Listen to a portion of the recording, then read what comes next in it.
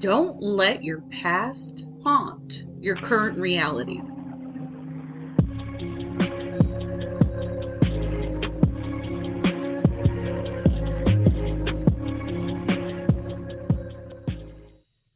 Hey, everybody, welcome to Crime Over Cocktails. I'm Tiffany, your host, and today I'm speaking with my guest, Clinton. Hi, good afternoon. This is Clinton Dye. I'm the owner CEO of Right Now, and I'm here to tell you my story. I'm sure you'll find it interesting. Yeah, so we'll take it all the way back to the very beginning. So I'm a child of two parents that were hippies from California. They left San Francisco, San Diego when I was a baby and moved down to Houston, Texas. Both my parents were drug addicts, alcoholics, lifelong users of alcohol. Eventually, my father got sober, but when I was about 5 years old, my father was high, came into the house drunk and high, looking for money from my mother. And she was a waitress, a cocktail waitress at night, so a bartender. There's no money to be found there, right? So he comes in the house, he's basically, assaulting her, smacking her around in the back room, whatever. And sure enough, she had enough. She took out her .38, pointed at the guy in his chest and shot him in the same room I was in when I was 5 years old. Just about 5. You saw it happen? Oh, yeah. Yeah. Shot him in the chest, point blank, when I was 5 years old, right? I remember the look on his face as clear as day, his eyes wide. He's like, he shot me, and he's holding his chest and he just kind of stumbled out. And I clearly remember the distraught look in his face as, was shot right in the chest and left the building. Like Elvis. That's where my story starts, my experience with domestic violence. And that wasn't the last experience, but that was the first one that I can remember. Was that kind of like a normal thing in your house? My dad wasn't really around a lot. He worked full time and, he's out, doing heroin and trying to find his next score and smoking weed and drinking. So I don't really recall seeing him around the house a ton when I was a kid. But when he was there at that age and that time in his life, they usually weren't very pleasant. I mean, I just remember a few interactions with him when I was a kid before he decided that he was going to get sober later in life and then start his journey of recovery. But there was plenty of events where, he would come in drunk and they would fight. I mean, my parents were water and oil. My mother was not a woman that, would leave her. She was a feminist from the 60s, right? From California. So a strong-willed, overly spoken woman with no filter whatsoever.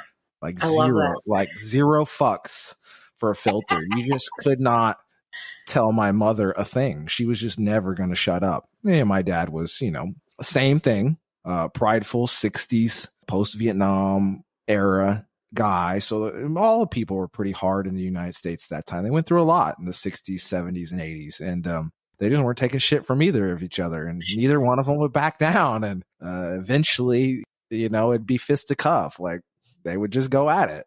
That was just life. I think I'm very fortunate is that they didn't take it out on me. I was never the object of physical abuse. And I got a spanking, which I well deserved as a young child. I was, a kid. I was never doing the right thing, but that was okay. That's normal. But fortunately enough, I was just a byproduct of their UFC events, from time to time. Mm. Yeah. So he didn't pass away. So no, my father lived. That guy was indestructible for the most part. So he took a shot to the chest like a champ, makes it to the hospital and nearly dies in the hospital. Your lung starts to fill up with blood and he's in the emergency room and they're not operating. So eventually they find him, passed out in the hallway. He's probably not very long from death as the blood fills up in the lungs and, you can't process oxygen. So they wheel him back in there, sew him up. Now, she didn't hit any vital organs, didn't hit the spine, just straight in, straight out. So they patch him up. He gets it together. Shortly after that, the guy breaks his neck, right? Wrestling over a bag of dope, supposedly. So I've been told. My mother's not here to defend this story anymore, but They tumble over a second story apartment or something, or a couch. I don't know. One of the two. I've heard different versions. Essentially, the guy breaks his neck, right? Still doesn't fucking die. Still doesn't fucking die. They, do surgery, replace the bone in his neck with a prosthetic, and he lived. He had minimal movement in his neck, but the guy could walk. He was just kind of indestructible. He was stabbed. He was shot multiple times, different events. So he was just one of those guys, just a tough guy. And 9 lives. Yeah, he had 9 lives. I think he definitely passed on the survivability gene into my life for sure, because I'm fairly indestructible as well. Like you hit me with a car, you better have full coverage, because your car's not walking away, but I will. That's the kind of life I live. So yeah, that was a regular thing. I had an older sister, a half sister, and a younger brother that came along from different fathers. But I didn't really grow up with either of them. I was kind of the middle child. My mother had me when she was 30, my sister at 15, and then my brother, I think she was 45 or something. So we were kind of all over the place. So I didn't grow up with either of them. Right. Yeah, crazy. That is crazy. Did she go to jail? What happened? She didn't. This is in Texas, so I don't give a fuck what you do in Texas with a gun, right? In your own house. You could just be capping fools left and right like the Wild West. Like zero fucks. They didn't arrest her. They took her statement, called it self-defense, and she was done. They didn't.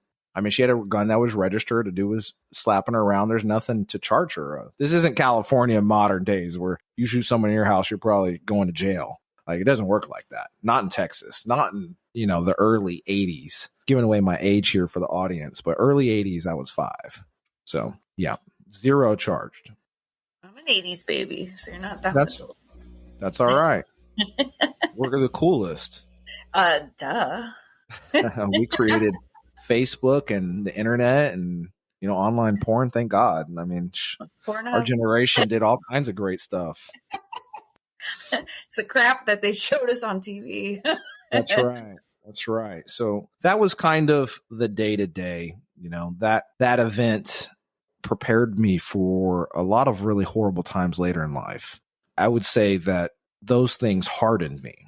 Most people have fairly easy lives, even people that have what we would define as a hard life. On the outside looking in on the entire globe, in America, most lives are pretty soft. They're pretty traditional, pretty protected. I mean, there's obviously horrible statistics all over the place, but that's a minority group in our culture for the most part. The domestic violence, the drugs, alcohol, and abuse, sex trafficking, those kinds of things, child molestation. Those are statistically not the majority, right? As horrible as it is, our culture's fairly good at keeping law and order in place for the majority of the population, right? But those things 100% hardened me for much worse times later in life.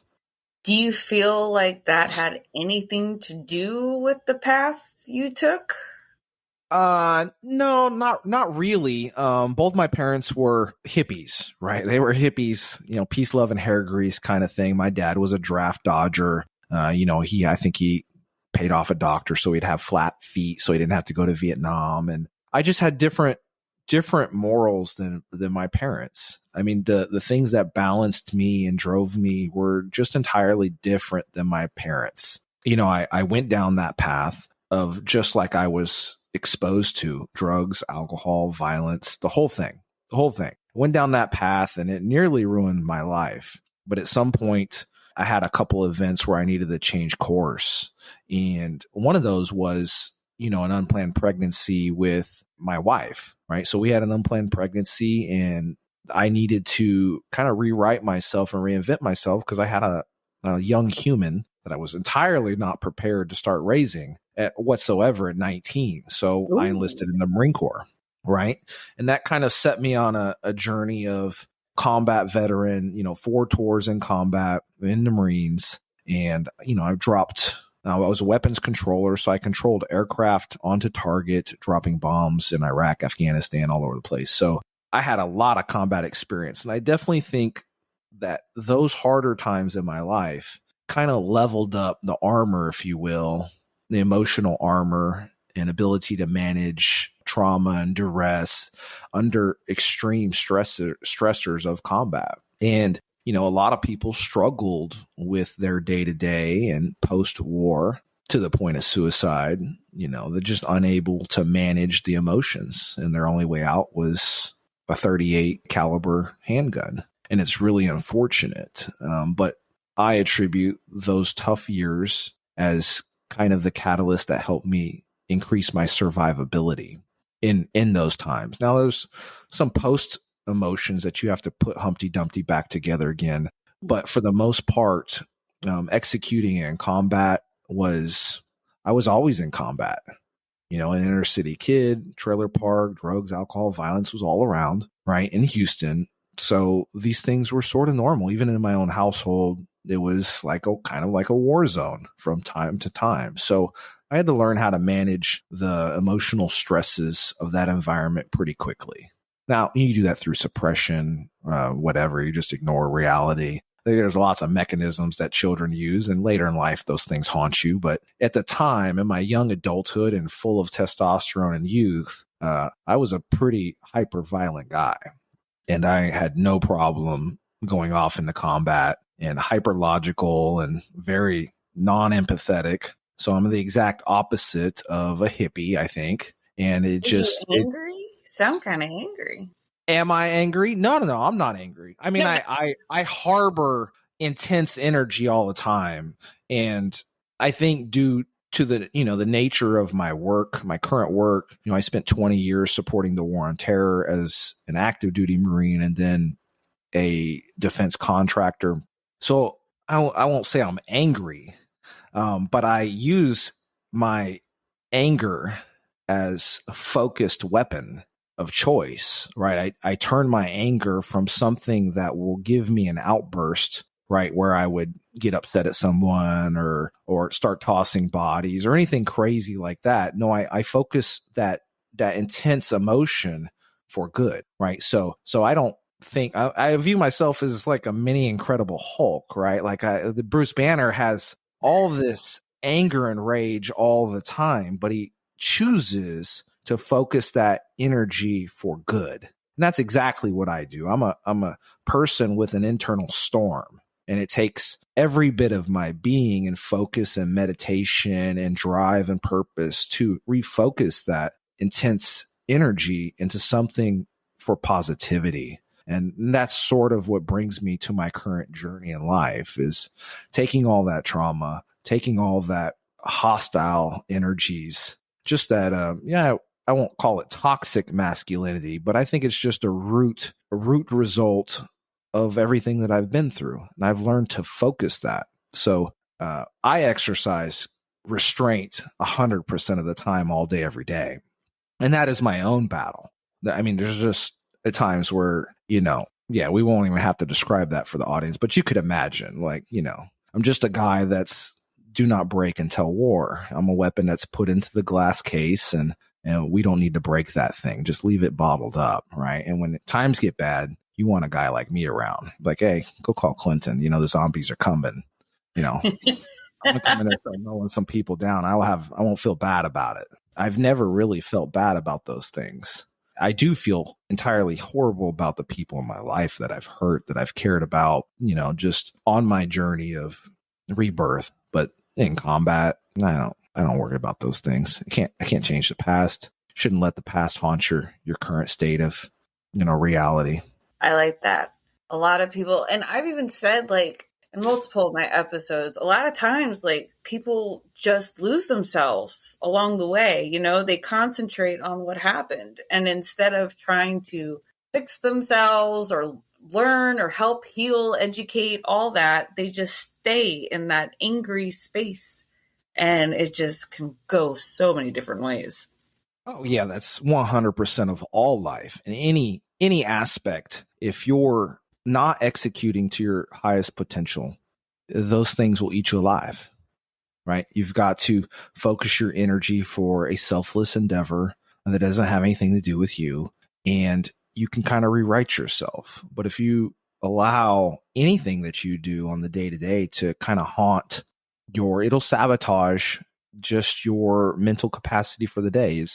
Think of it as the difference between a flashlight and a laser. It's literally the same photons flowing around a flashlight that could be focused into a laser. So you focus all your energies into positivity, positively aligned tasks that better yourself and the people around you. And you'd be surprised at how little energy it takes to outpace your peers when you're not distracted by, chasing your vices, having those 3 glasses of wine a day, watching football with the boys Saturday, college football on Saturdays, professional football on Sundays, and then it's Monday night football, and then it's something else, turns into bingo Wednesdays. You're just spending all this time chasing pleasures, and you're not really moving your life forward. You're an idol. Your whole life's an idol. I had to hit rock bottom as an adult to kind of get myself moving in the right direction. I had to seek help with a mentor, and he basically put me to the grind. He was a guy that I respected and would listen to. He was the type of guy that I would listen to, so he's killing it. So it took that hyper alpha male to just call me on my bullshit, and let me know that I was behaving like a loser. That's the truth. That the things that I were doing had nothing to do with making me better in any way. And it took medicating stuff like that. Right. Yeah. I used alcohol and drugs and chasing girls and entertainment. I used all these things, these vices, to take me out of reality, because I was unhappy with what I was doing. They were excuses. I basically created excuses or actions to validate my lack of success in any area, right? It's why my body was suffering. It's why my mind was suffering. It's why my profession was suffering. My relationship, I allowed that inaction to ruin everything around me. And I don't blame the girl that broke my heart. I don't blame it. I deserved it. I was non-deserving of a quality person in my life. I did not deserve anything. And that's why I lost everything. And then I took every breath of every single day to regain everything that I lost and then surpass it. That's what's up. That's what's fucking up. Right? So, I use the concept of you must create the man or woman that you admire most in yourself. You must do everything that person would do today. And I use the analogy to become the person that you ultimately want to be, right? So I hear this a lot from, I coach a lot of women, I coach a lot of men online, and I'll hear this constantly from, we'll just call women. I'm not picking on women here at the moment, but what we'll do is you'll hear this often. Hey, I will change my behavior for the right guy, right? And that's self-sabotaging, because basically you're selling a lie, right? You're lying to yourself, for one, which is the worst possible lie you could ever get involved with. And then you're lying to another person, the man of your potential dreams. You're going to deceive them into thinking you're that person, and you're going to change later for the guy of your dreams, which is self-sabotaging. That is such a party trick, if you will. So you must create the person that's deserving of that life. For example, there's a lot of women that struggle in being married, and when they want to get married and they can't find a connection that they're looking for. And they have very, very prestigious standards, if you will. And when I break down their life, I'm like, okay, so what is it in your lives that a wife should be doing now? Should you be out on the street dating 100 men or 10 men or whatever? And the answer is no. Should you be sleeping with a lot of people? No. Should you, be able to provide that household, that traditional household that you yourself said you wanted? And that's yes. And what does that involve? That's, hey, I manage the house, I manage the kids, like, I communicate with my husband. Like, all these things are very positive, not bashing feminism in any way, or the non-nuclear family, whatever it is that you like, but you must behave in the way that gives you the results that you want. You can't change later. You change now, right? So I tell my clients, hey, if you want to be married, you must do all the things that a deserving wife or husband does now, right? That's gotta stop chasing the other girls and focus on just yourself and be a good person, right? And when you're a deserving husband or wife, your partner just drops out of the ethos magically for you. The universe provides when you're giving. You don't have to hyper focus on, oh, I need a husband or I need a wife today. Like I'm 39, like next month I'm 40, like I'm over the hill. No, bitch, what you fucking need to do is fix your shit and become a good person and stop being so goddamn toxic, because a high quality man or woman wants nothing to do with a garbage ass person. They have standards and they have a choice, and they can tell, they can smell the bullshit that you're selling, and they're not going to bite on that bait right there. That's all smoke and mirrors. So what we do, it's the truth. That's how the fucking universe works, right? It's the way it is. It's the way it's always been. The Quran is aligned in that way. The Bible's aligned in that way. Buddhism's aligned in that way. Almost every religion that possibly comes to mind is aligned in that way. You must live a life of higher purpose and high ethics, and then everything else that you ever so desired is rewarded to you. But you must live that selflessly every day, or it never comes. You're sabotaging your future. It's just, I don't want to get too into the universe and too into religion, but in my life, and I am not either one of those, I do believe in a higher power. If what denomination that thing belongs to, I have no clue. But I do know when I live in alignment with the life that I know I want to live today, everything starts to fit into place. When I fixed what was wrong with me in just 1 year, I started a business. I bought the car of my dreams. I bought a house. I have the woman of my dreams. It all falls in. I repaired a relationship with my children, 6-pack abs. I'm 43 years old. Like, it all falls into place, but I had to do all the work up front with zero results, not believing every single day. You know, when you don't see immediate gratification, you don't think the story is going to end the way you want, right? You don't think that running a podcast or being an online coach is going to make you any money, because up front, you don't get shit, right? You suck at it. But when you start to get better and better and better, one client turns into two turns into four, it just kind of snowballs into a bigger and bigger thing in your world. But you have to put in the cycles to get better, right? And then over time, the universe just rewards hard work. I've never really met anybody in my life that didn't work full time at any skill. We'll just say normal people might put in, 6 hours of work, five days a week.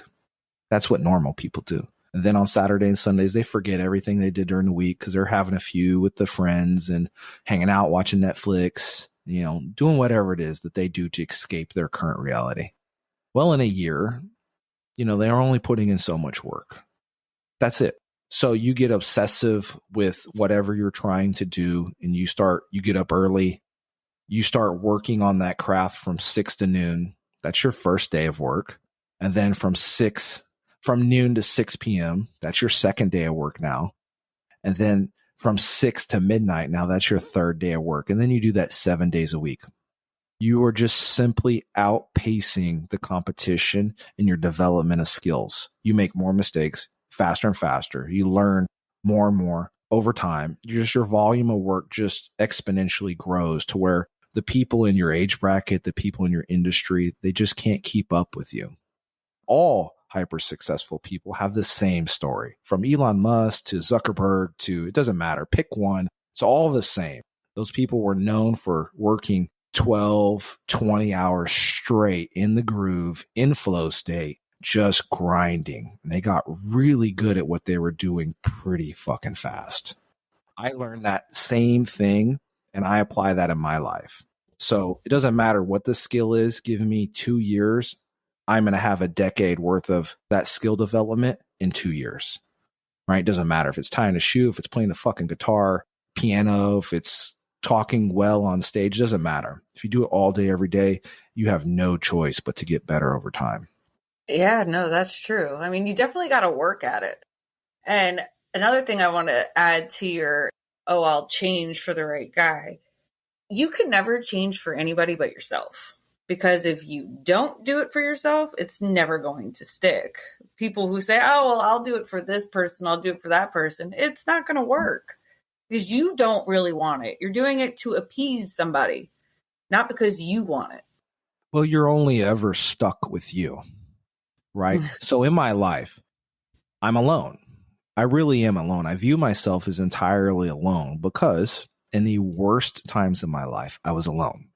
And in the best times of my life, I was also alone. I've only ever been stuck inside my skin, right? So it doesn't matter. Everybody will eventually expire, right? That's a morbid way of looking at it. But the truth is, you're always in some aspects mostly alone. You have a tribe, right? And they'll come along that journey with you. But 99% of your entire world is stuck inside your own mind, stuck inside your own skin, doing the things that you created that you must do.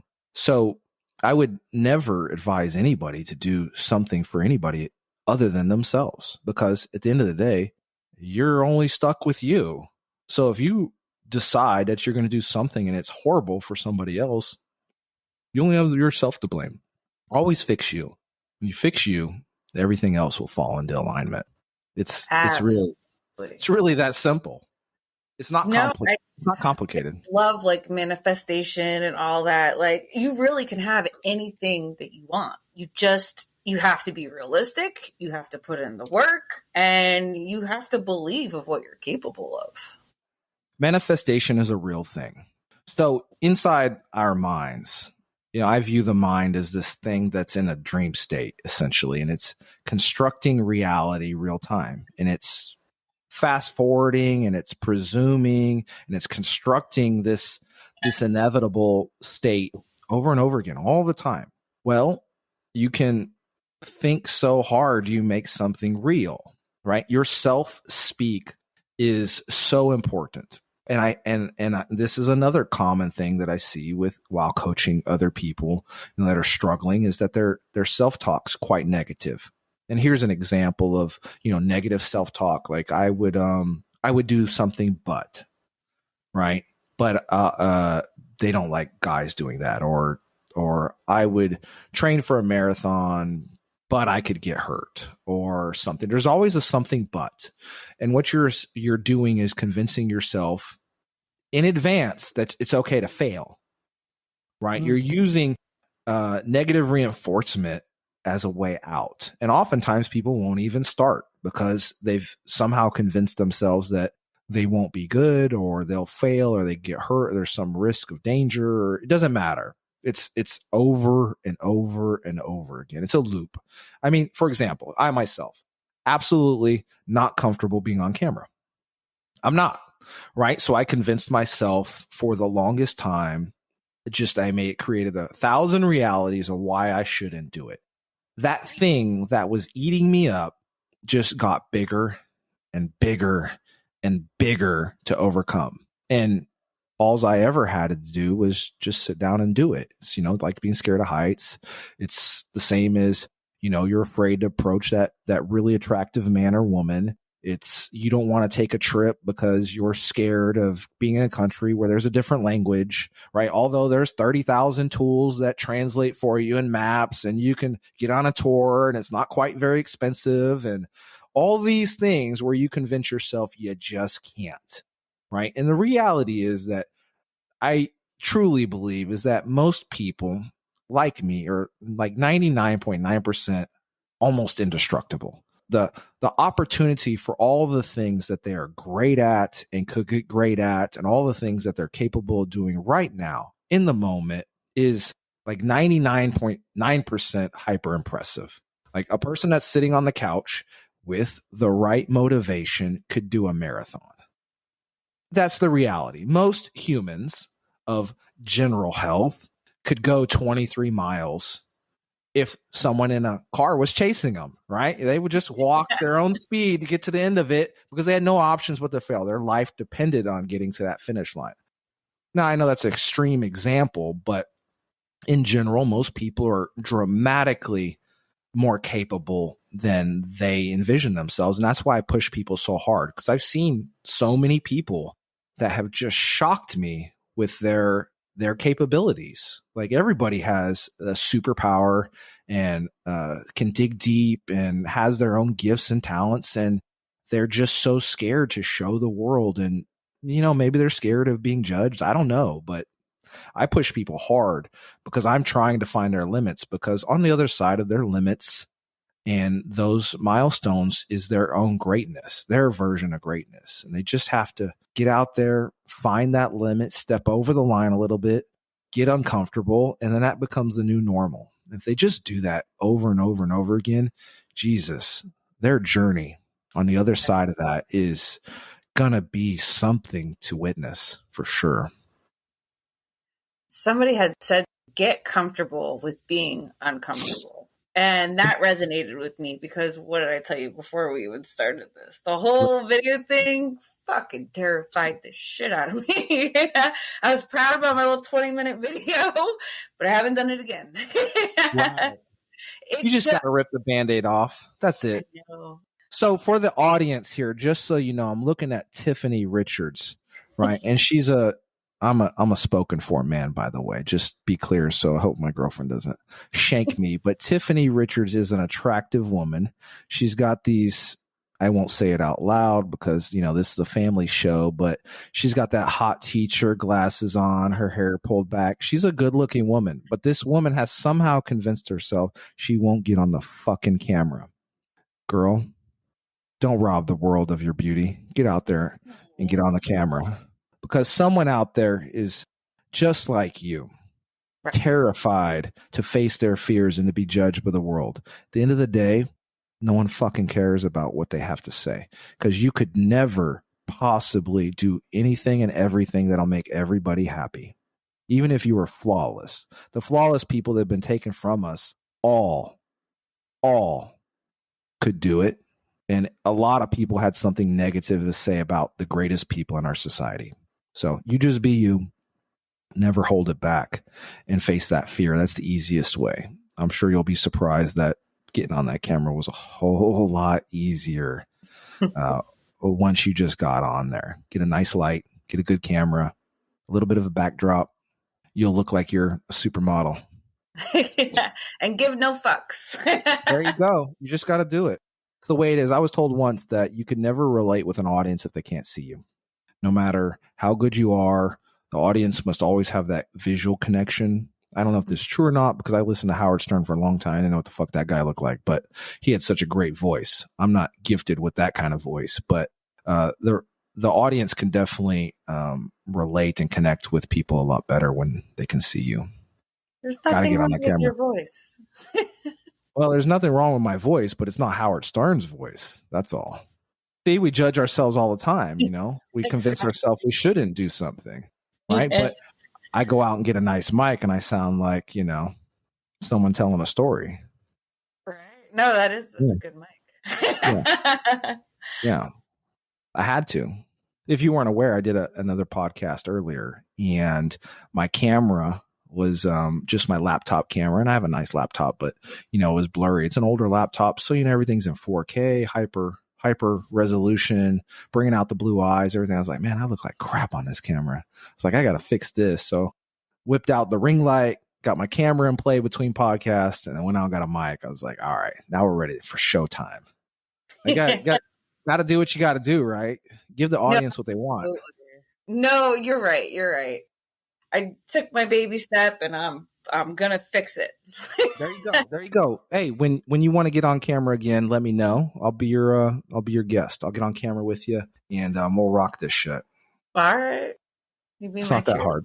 It's not that hard. No, I'm just gonna make sure you get on camera. I'm not cheering shit.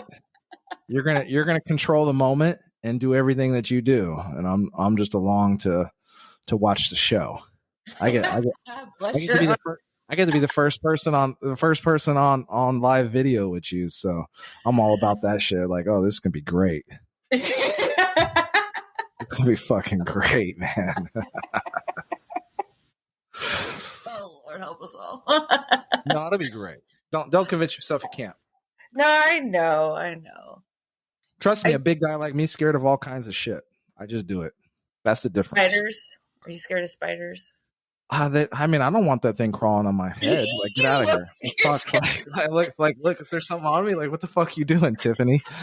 Like, no, I don't want them on me. But I'll step on one, right? I don't like snakes, but I'll eat a snake if I have to. There's a lot of things I don't like. I don't like heights, but getting on the stool or something like that doesn't make me comfortable. Never has.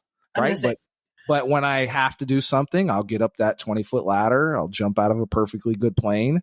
I say my prayers, right? I just don't hold back. That's the thing. I face my fears, and it's not a comfortable experience, but like we said earlier, on the other side of that mental roadblock is your greatness. So for every moment that you're scared to do something, you just got to do it. I'm teaching men on, they're struggling in their relationships. They won't even talk with women. The statistics for, women and men are like inverse, right? An attractive woman never has to be alone, right? It's by choice. I don't even say attractive. Let's not confuse it. Like a woman of functional health in this society, if at any moment so chooses, she doesn't have to fucking be alone, right? She does not have that option. At a bar. At a bar, online dating, it doesn't matter. Girls hold the statistical advantage astronomically. It's like 8-1, something crazy like that. Like any girl at any moment can go to 10 guys, say, hey, look, you're hot. Like, let's go out tonight. Their close rate would be like 90%.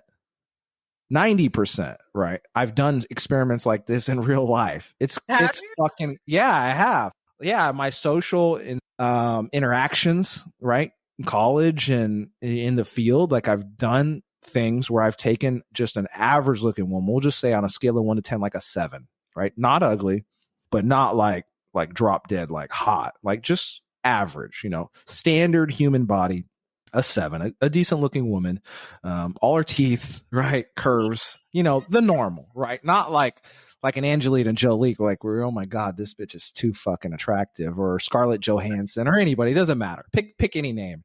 Like someone that's just like, God damn, you're just hot.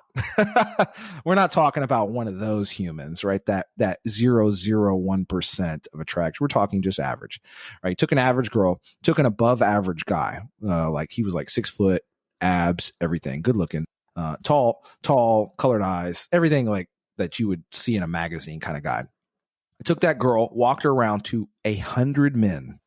I said, hey, look, I'm running a study right here. It's 100% confidential. My girl here wants to hook up, no strings attached. What would you say hypothetically, yes or no? Like it was like 99.9. It was like 99%. There wasn't one fucking guy, regardless of his status, committed, not committed, or anything. Like no one will ever know. Like, do you want to do this? Yes or no? And they were like, fuck yeah. Where? Show me where, right? They were like ready to go. The female though, the inverse. So the statistics are like almost identically inverse. Took that male and went to 100 girls. Same thing. Like, hey, look, no one's going to know. Like, this is 100% confidential. Like, I even had a female with me, right? To, show, like, build confidence. Like, we're just running a study. Like, would you or would you not? And like the girls, like, no, he's too tall. He's too good looking. His abs are way too much. Or they had all these things like where they were like, fuck no, like, I'm not doing that.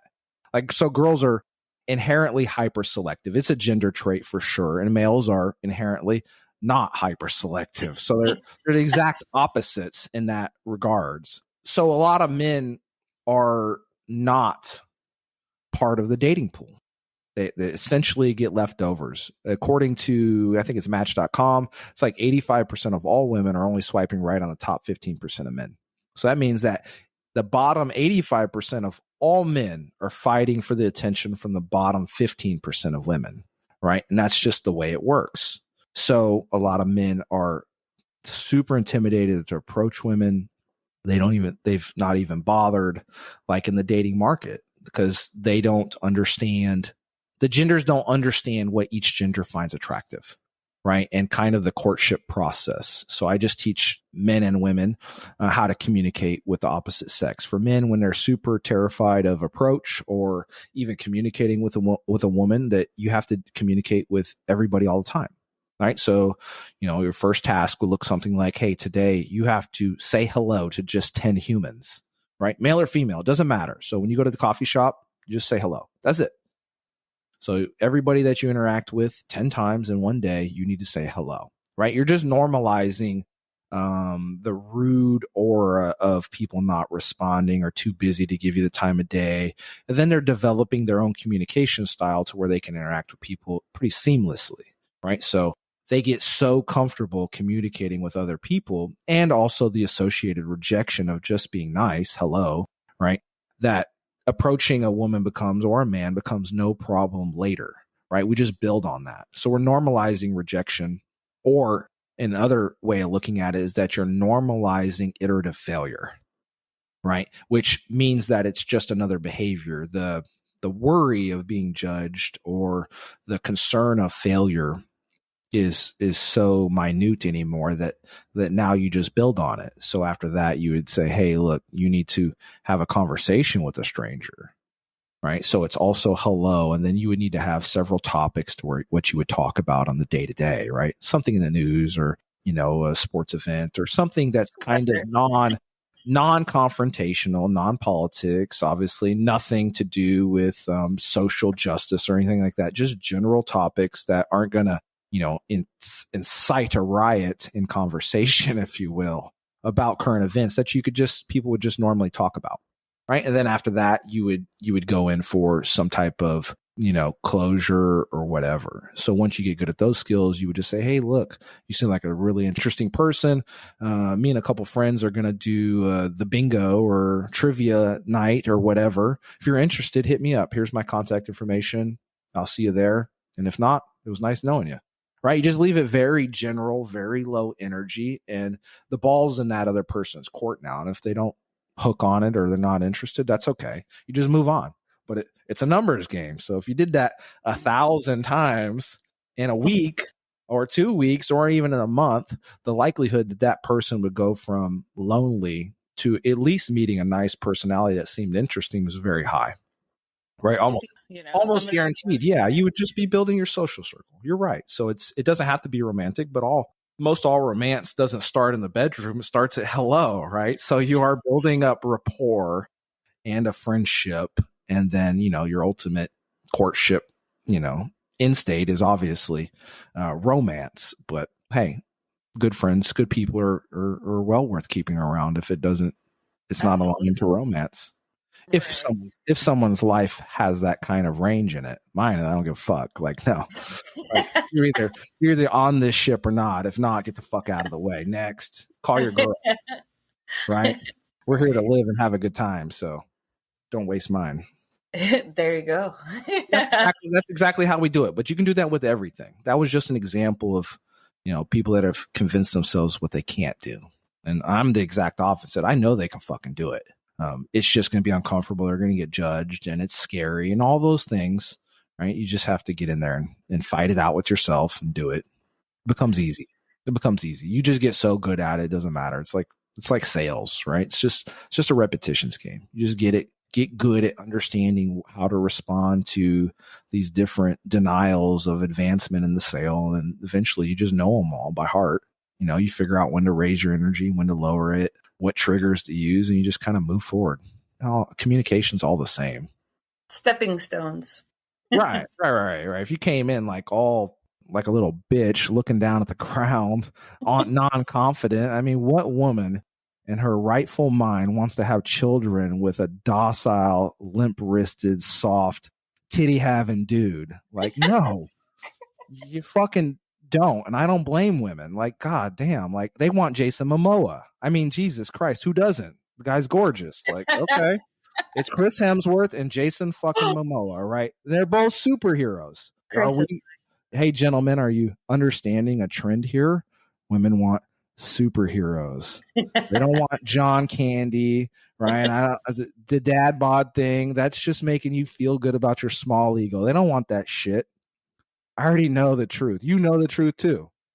Yes. Chris Hemsworth now may have Alzheimer's, so there is a chance. He forgot he was astronomically good fucking looking, and he would want to date someone like you or me, but that's okay. I mean, I've seen his wife. She's Brazilian. She's absolutely beautiful. They have a bunch of obnoxiously attractive little kids.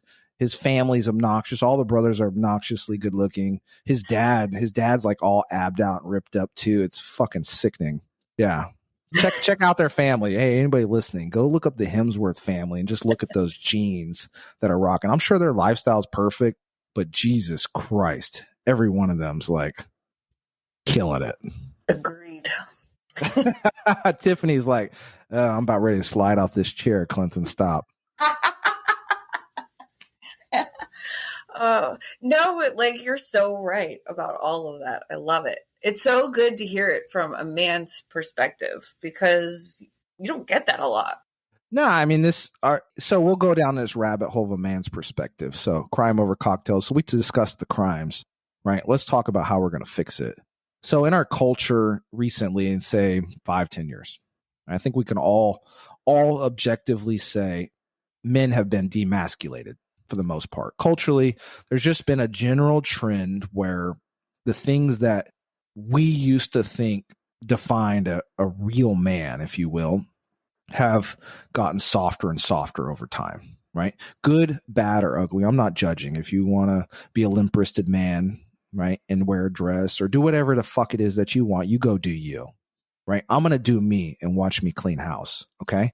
That's how it's going to work. But in essence, men have been embarrassed about the things that they always brought to the table, right? And, people can argue about this, but a man's duty to the family unit is to provide and protect and procreate, the 3 Ps, if you will. If a man's not doing those things, he has no social value whatsoever to the family, right? Also, if you look at it from the species, if you aren't procreating and you're not protecting your tribe and providing for your tribe, you don't have a fucking tribe, right? So our society has gotten so soft and so gentle. We've diverged from those historical norms, right? And I'm not saying that women are lesser, that cannot provide and cannot protect.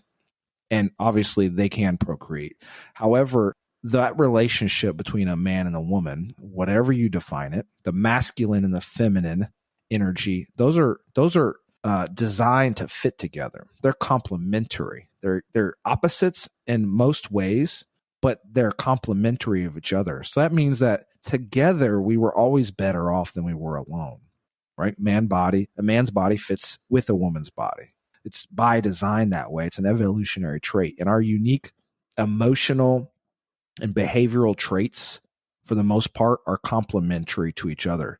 Like men don't stay up at night with anxiety and worrying about what creaks in the night and shit like that. Women do that shit, right? They all have like spaghetti brains. They have this hyperactive intelligence that's in a million places all at once. And it's brilliant, but it's complementary to the caveman singular focus bash brain with big fucking stick kind of brain, right? That's the guy's sort of focus. That's why that dude sleeps like a fucking rock at night and the girl's up all night. She's like, where are my kids? Like, are they good? What was that noise? Like, there are 1,000 places at once. I'm like, how the fuck do you live like that? Like, I wonder why girls have like emotional differences than men. Is like, you guys got a lot going on upstairs. Like, I don't have shit going on upstairs. She's like, what are you thinking about, babe? I'm like, 0. She's like, that's possible? I'm like, yeah, honey. Like, I'm not thinking about shit right now. I'm just enjoying the silence. Can we go back to that? She's like, damn, that must be nice. I'm like, it's a fucking blessing. Thank you.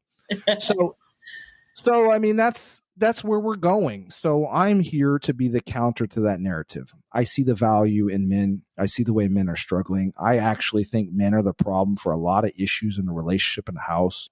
Women divorce men at like, it's above 80%, right? They're the initiators of divorce. Educated women, it's above 90%, right? So it's men are the problem.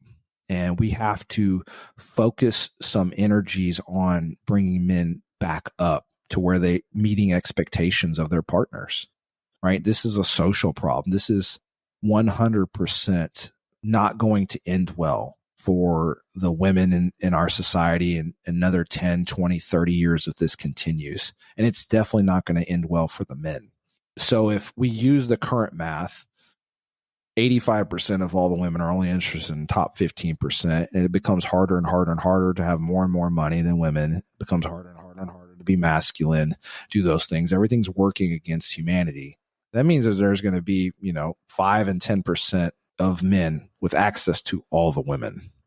That's not going to work out well for all the women because usually those guys don't treat girls very nicely, right? And generally the bottom tier of the men are going to struggle in a lot of ways. There won't be a lot worth living for absent your forever partner.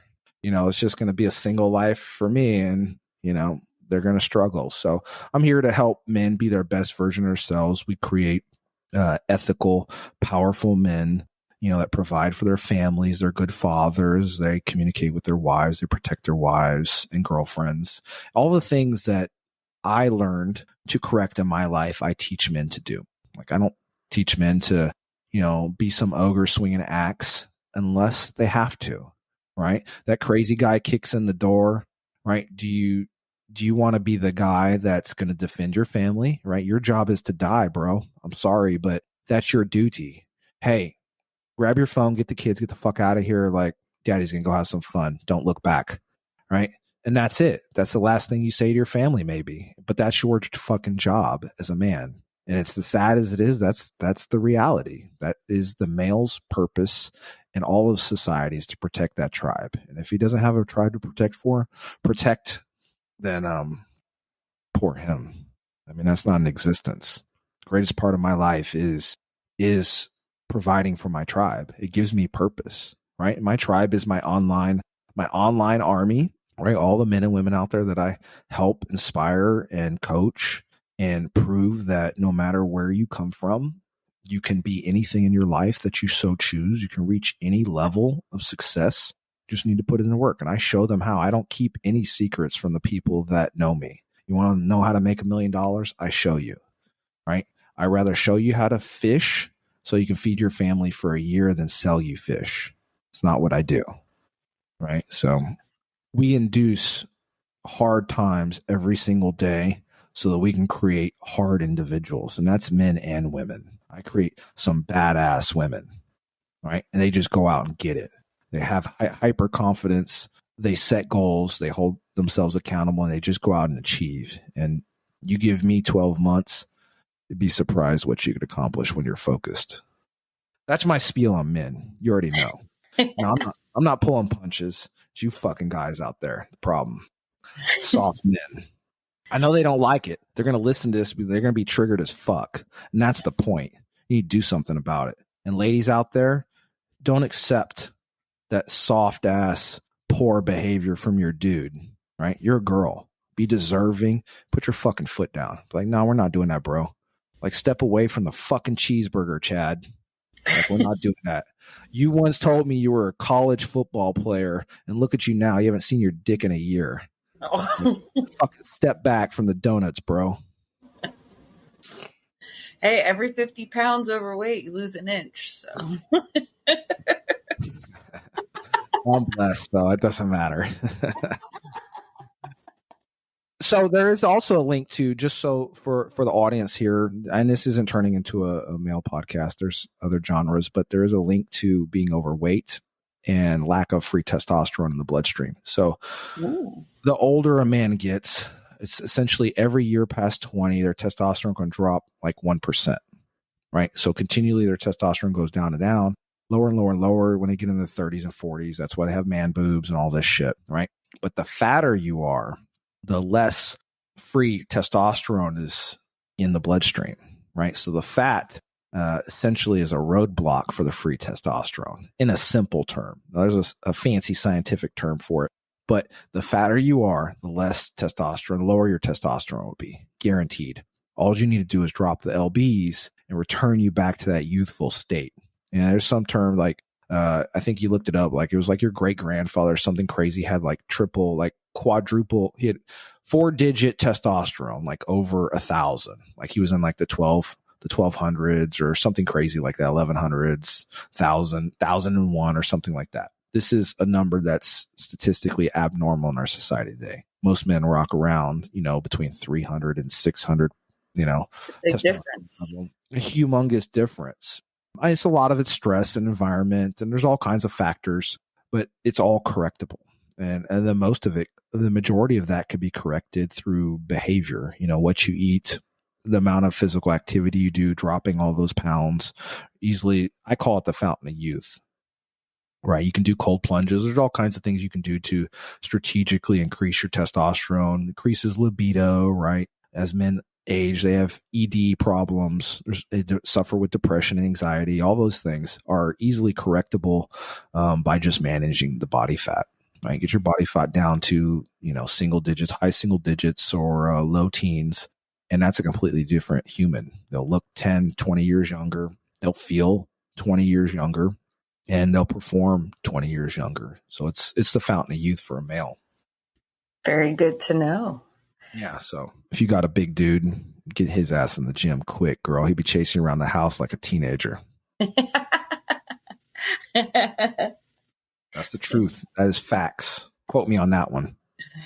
Well, before I forget, I definitely want to tell you, thank you so much for your service, by the way. Oh, you're welcome. You're welcome. I won't say it was my pleasure, but I've always been a selfless person. And just inside, there were times that I did some really horrible things. All right. I'm not a perfect person, but inside, part of my beliefs were always somewhat selfless, right? Because I had selfish parents and, they messed up my world. And I always wanted to, be like Batman. I always loved the superhero Batman because he didn't have superpowers. He just had his mind and he worked really hard. And obviously he was super rich. That's cool as fuck. He drove around in badass cars, but he was nothing special. He just worked really hard and selflessly became the enemy, but he was doing the right thing. Right. So society always demonized Batman, but he was selfless. He was willing to go the places normal people wouldn't go for the greater good of the city of Gotham, and that's to me is, the pinnacle of humanities. Do be willing to go the places other people won't go for the greater good. And sometimes that's uncomfortable. Not everybody's built like that, but I am. I'm definitely built like that. So that's what I enjoy. So my service in the Marine Corps I have some good memories of the Marine Corps, and I have a lot of pseudo bad memories and a few pretty horrible memories, but it was all worth it at the end of the day. That helped build the man that's here today for the world brick by brick. I had to go through those tough times, all that trauma of combat and, the issues with my family that helped create a really interesting human later in life. And most people don't respect someone without a story, without a backstory, without a superhero backstory.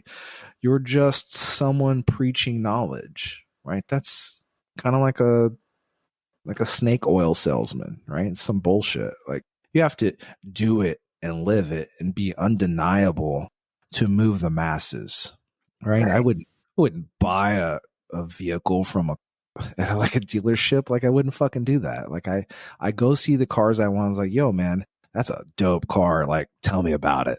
Like, should I have one? And the guy's eyes will light up. He's like, this is the baddest thing ever engineered. Like, you got to get you one of these, man. It flies. Like, that's the kind of shit I want. I don't want to go to a salesman, like, tell me like the specs from the spec sheet. Like, I can look that shit up on the internet. Fuck you. Man, no, I want someone that's been through it. Like, you've been through it and figured out how to get out the other side in one piece. Like that turns me on. That's purpose. That's drive. That's perseverance. That's all those things. That's the kind of stuff that inspires me. I don't care if it's a man or woman. Like if you're killing it, like I love to hear that story. Like, that's right, girl. Like tell me how you did it. Like paint that picture with your words on how you got through that environment and survived. And now you built this empire. Like I want to know that. Like I don't want some hyper mathematical numbers person that just was born into money and they just funded their way through to success and shit. Fuck that. Nah. You impressed me when you came from the gutter, right? You're an immigrant and somehow you and your wife become doctors and then like all your fucking children are doctors and attorneys and shit like that. That's the kind of stuff I want. It's like, motherfucker, you earned your way in society and you just beat the statistics into submission, right? It doesn't matter on how you look, male, girl, where you come from, the color of your skin, your religion. Like hardworking people are undeniable. And that's just the way it is. They get smart. they get an advocate and they just keep working the system until they get ahead. And they might spend their whole life, and they might work 30, 40, 50 years, right? As an immigrant, you might work your entire life, but your children, right? If you're smart and you make purposeful decisions the entire time you're alive, your children will be upper class. I see it all the time, all the time. I see Americans born in the gutter and they just do what other people in their social circles do. And then I see other people that come here, the same ethnic group, and they just excel, right? Because they have a different mentality, right? They're seeking out higher education. They're seeking out those careers. You know, they own the grocery store, and then they work their way up to multiple grocery stores, or they buy a property and then have a few properties. And then, you know, they buy the complex building. I mean, they're just crafty with continually setting goals and getting better. Whereas a lot of Americans, unfortunately, they just stagnate. You know, hey, look, I have to be this way because my parents had to be this way, right? I must drink alcohol and you know, partake in domestic violence because that's what I was taught. Well, what are you, a robot? No, you have a choice, and you can at any moment dictate the kind of person, man or woman, you want to be for the rest of your life. Absolutely. At any moment. Like, it doesn't even take that much. Like, it's surprisingly simple on how rapid a person can redefine their reality in just, it's like months. It's like a year. You give someone like 1 to 2 years, they just stick their head down and just grind it out. Jesus Christ. Like they're so far ahead of everybody else because they spend all that energy getting better. I mean, even I hate to bash on like higher education. I mean, I've partaked the doctorate level classes, and eventually I just burn out. I was like, I don't want to be a PhD. Like, what the fuck? Like, I give up my entire life for that piece of paper, and what am I going to do with it? Like, do some research, write some fucking books, like teach people in college? Like, that sounds miserable. Like, then I'll be tenure and just play golf 3 times a week with like the yuppies with a cardigan and shit. Like, fuck that, man. Like, could you see me up on stage, like teaching calculus to 18-year-old kids? I have zero fucks. Like, get my student aid up there. I'm going to play golf. Like, fuck y'all. I'm out. Peace, right? Like, no, I mean, it's like even college, it's like most of it's play. Most of higher education isn't even needed. You know, it's like, what the fuck does a philosophy class have to do anything with someone that wants to be an engineer? It doesn't. It's complete waste. And why are we doing advanced mathematics for someone that wants like a humanities degree or an art degree? Wants to be an interior designer? Like, it's all money. It's big business, right? But we're wasting humans' time.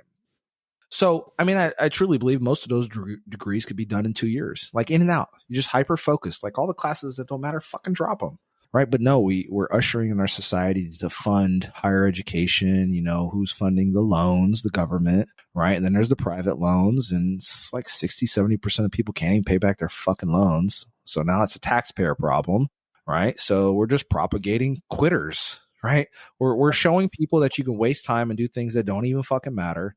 For the most part, like, don't come after me and try to cancel me because I don't like big education. I'm just saying that you could do it more efficiently. I don't think there's anybody out there that says we couldn't be more efficient with human time.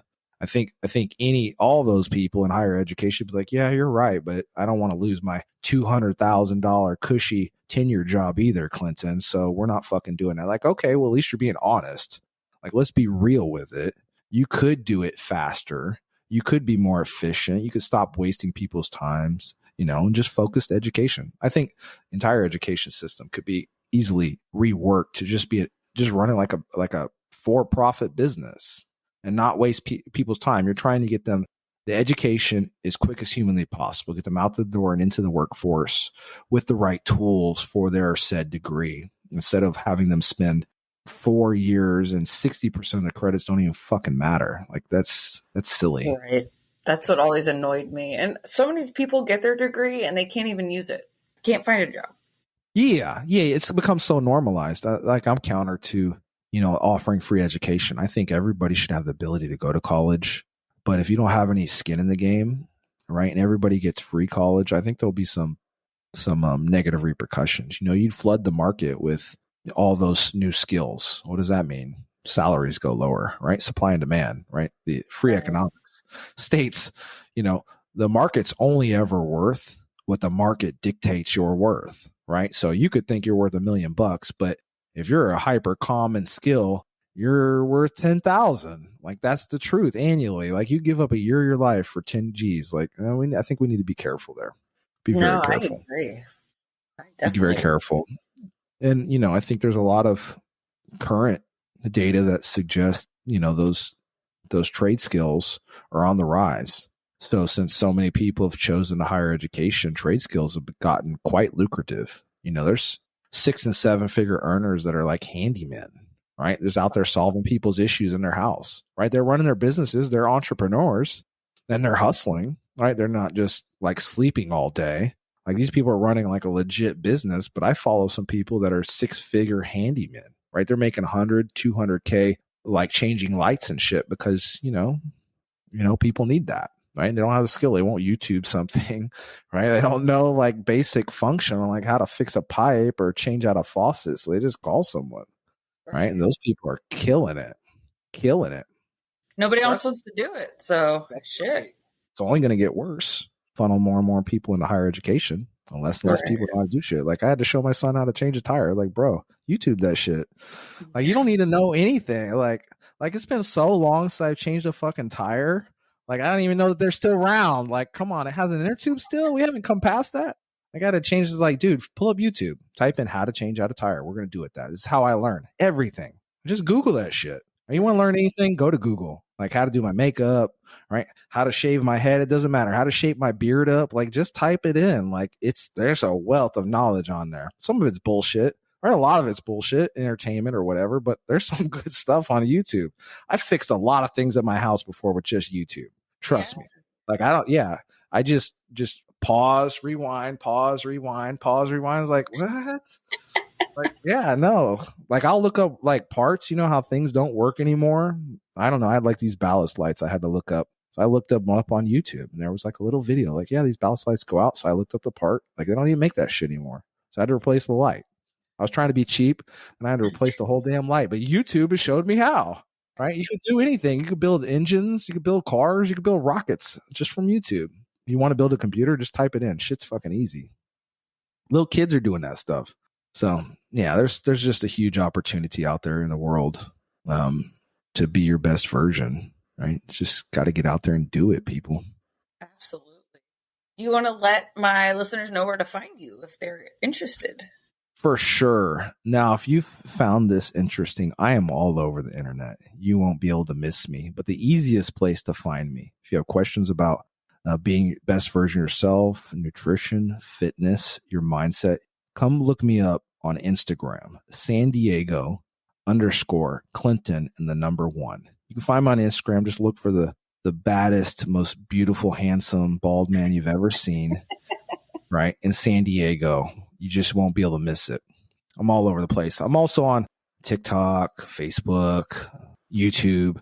I'm all over the place. But start at Instagram. Everything's listed there, and that's the easiest place to find me. And then we'll go from there. Awesome. So clearly you probably do people from all over the world. They don't have to live in San Diego. Yeah, no. So I'm an online coach. I don't do in-person coaching. Right? Can't scale in-person coaching in my time. I'd rather help 100 people in a day than help 5 or 10. Right? So I don't do in-person coaching. I mean, we can do in-person coaching, but 100% of my business is online. So it's all digital. Everything is. My onboarding's digital. All the programs I create are digital. And then we have follow-up calls with Zoom every week. So everything I do is digital. I can scale that and just help so many more people get their message and help them improve themselves in a lot of different ways. So it's all online. Now, if there's, like we mentioned, Angelina Jolie needs some personal attention, right? I will fly out to Angelina Jolie's obnoxious compound and get her shit in gear, right? Angelina, if you want to put on 10 pounds of muscle, I got you, girl. Call me. Okay. And Brad, if you're out there, I'll fuck your world up too. I'll get you off that drink, bro. Call me. There you go. If they listen to my show, I will shit a brick. You never know. You don't. You never know. You never know. I'm surprised. I was doing something on so I haven't really been an online coach too long. I mean, I've been helping people a long time. My journey's relatively narrow on the scale of online coaching or just coaching in general. But I was doing something. Oh, I was buying my car. So I went out and bought this really, really badass Corvette. Had a conversation with my coach. I was like, hey, look, I'm starting this business, blah, blah, blah. Should I buy the car now or start an LLC assigning that? He's like, dude, start the LLC, put the car under the LLC. I was like, all right, cool. So I go to the Chevy dealership. I'm looking for a Corvette, the brand new Corvette. And they have, I think, 3 of them. Yeah, 3 of them. A black one, a red one, and I think a white one. So my guy is out there, Tyree. If you're listening, thank you for that ride. That thing's badass. So I'm sitting there, right? And we're communicating like I'm a light that's always on, right? If you can't tell, this is the energy we bring all day, every day, right? This same conversation, like I don't hold back anymore. At one point in my life, I was scared to use my words. I just held everything in. But now I have zero filter, like mom, right?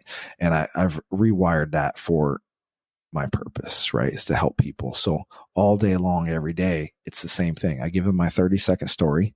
Like, I can help you fix your world. Like, follow me on Instagram or whatever. And I just go about my life, right? So he follows me on Instagram, my salesman. He's like, holy shit, my brother-in-law follows you. And I'm like, that's when I got like my first little, I won't call it fame, right? But it kind of like clicked in my head. And I have a few followers. I think I'm up to like 20,000 now or something crazy. To me, that's crazy because 2 years ago, I was anti-social media. I was like, fuck that. Like, that's not my life. Like, I'm not going to get online and tell anybody what I'm doing in my world. Like, I don't give a fuck. Like, I'm just not. Like, I don't care. Now, 2 years I've evolved and I'm online. I have these followers and I go to a car salesman and his brother-in-law fucking follows me. It's fucking crazy. Right. So that's like my little micro taste of, my entry level into the world of social media and kind of like how that web just kind of spreads out and just kind of gets bigger and bigger and bigger. It's a little scary from time to time. Right. I get followers from all over the world. Right. I get some craziness. We won't even go into that right here. But, there's all kinds of interesting things. We'll just say it like that happen in that online space, right? Some of it's real, some of it's fake, I'm sure, but it's just an interesting world of how the digital environment connects people together.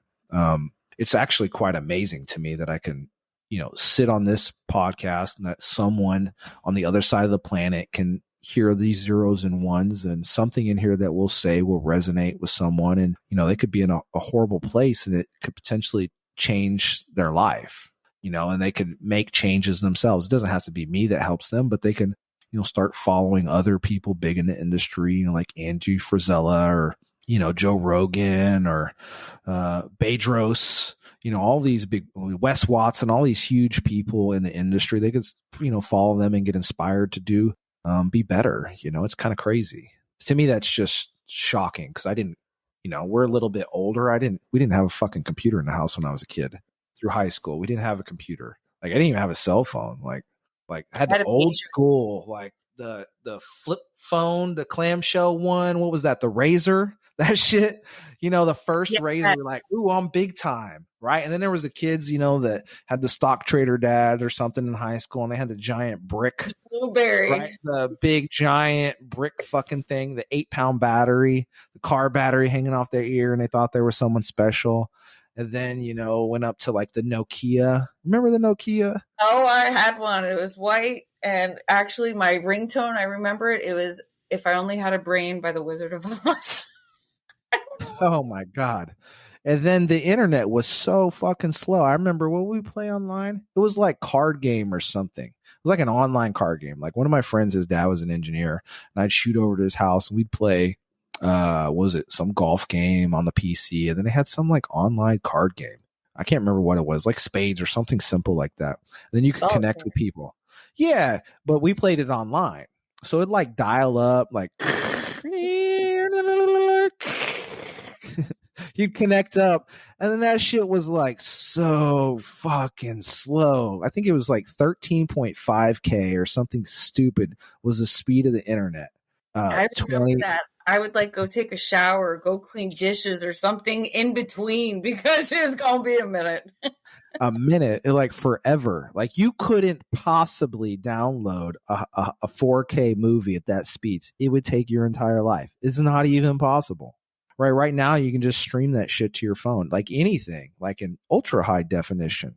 Just play a high def beach, from YouTube on loop in your living room if you're feeling a little down. I mean, it's crazy. You could watch surgeries. I mean, you could stream this. I mean, we could stream this around the planet like no problem. 4K. I mean, we look great. You look greater than me. That's okay. Right? We can do all that with the internet and the power of social media. To me, it's amazing. It's absolutely amazing. It's just absolutely mind blowing. Like if you would have told me 2 years ago, just 2 years ago, that I would start a business and that all my revenue would come from social media and online sales, digital services, I would have laughed you out of the fucking room. I'd be like, you're fucking crazy. Like, no way. There's no way. Absolutely no way. And here it is, running these online businesses. And, I exceeded, my desk job, by double or double, triple, like pretty quickly. Good for you. Like it's possible. There's so much money out there. And I never believed that. I mean, I was so socially conditioned to think like everybody else, go to school, get a good job, sit at the desk, die there. Right. That's how I was literally raised to think. And, I remember hearing something from Andrew Tate, right? Bless his heart. He's in jail. I hope he's innocent, but if he's did something bad, he's where he belongs. But regardless, I heard something that resonated. Really, it shocked me. He said, there's so much money in the world. He goes, I go to buy these supercars and they're fucking sold out. Right. And that just like shocked me. I was like, wait, it's like, how the hell could you go buy like a $6 million car and, or $1 million car or $500,000 car and they're sold out. Like they don't have any, then I went on my journey. I was like trying to get my hands on a Rolex. Like it's like next to impossible. They don't fucking have any. The cheapest watch I have is I think 7,000 or 8,000. I don't even know. It's not a little bit of money. It's a chunk. It's a bag, right? It's a small bag, but it's a bag of money. You're like, okay, like why the fuck are they out of these things? Like, can you just hear it over and over again, right? All the suppliers, all the different watches, they're fucking out, right? They just don't do it. And there's people out there that buy like 3-4 watches at a time, like spend like $100K at the Rolex store, like nothing, like zero. Right. So there is a lot of money out there to be had. There's just so much access to it. You just can't connect something of value to the people that need it easily. And that's where the art of the industry really comes in. It takes a while to figure out how to connect the products that you're selling to the people that most need it. And there's so many people. I mean, if we're sitting here on a planet of 7 billion people, or whatever the current population is. I don't know, post-COVID, we'll call it a cool 6.9, whatever, right? 6.9 billion people on this planet. And how many of them have access to, just a little bit of money, and how many of those people on the whole planet right now at this moment actually need something that I have to offer? That number's scary big, right? They're not linked up with me, right? And that's, I think, where the art of the business comes in. So, for all the audience out there, if you're limiting your mind on what you believe you can't do, rewire that shit and start believing that you can do anything. Believe that when you step on the concrete, you're so above grade and so massive that you're cracking the pavement like the Incredible Hulk. That if there's something wrong in your life, you're a person that's stuck in an environment with domestic violence, you do not have to stay there, right? And that those things will not define you. They just help strengthen you over time. And you can turn all those negative things in your world that aren't where they should be, and you can turn that into positive energy. You can create the person and the life that you always wanted. You just need to start with that first hardest thing, which is step one. Right? Just get started. I love it. It's the truth. Yeah, I started mine. I started mine too. So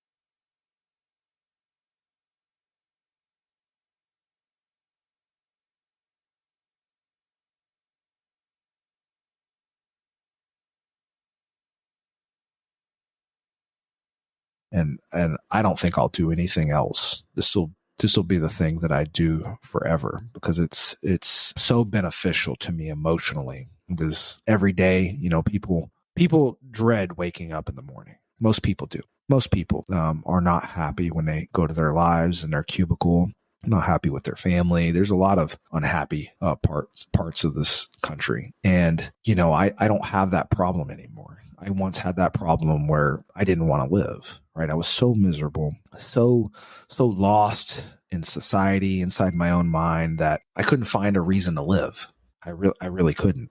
Like I literally loaded my granddaddy's shotgun, stuck it on the wall, right at 4 a.m, and just waited for a sign to pull the trigger or not. Right. That's how desperate my life once got. So I understand where all those people are in their despair. Right. So I just know that I was once there, and there's a lot of people that can be there or worse and really struggling. And, it's my voice that they turn to show them that there's a way out. It's needed. People need to feel connected. They need to feel like they're not the only one. So it's very good. Well, I think we hit enough. Absolutely. But it was always a pleasure. If you guys are in need for some tough love, you know exactly where to go. No matter where you're listening, make sure you like, follow, subscribe, leave a review. And don't forget about crimeovercocktails.com. There you can listen to the episodes. I have helpful hotlines for you if you need it. And that's a good way also if you want to reach out. Do you want to be on the show? Do you have a story to tell? All right, you guys, we'll talk crime another time. Bye.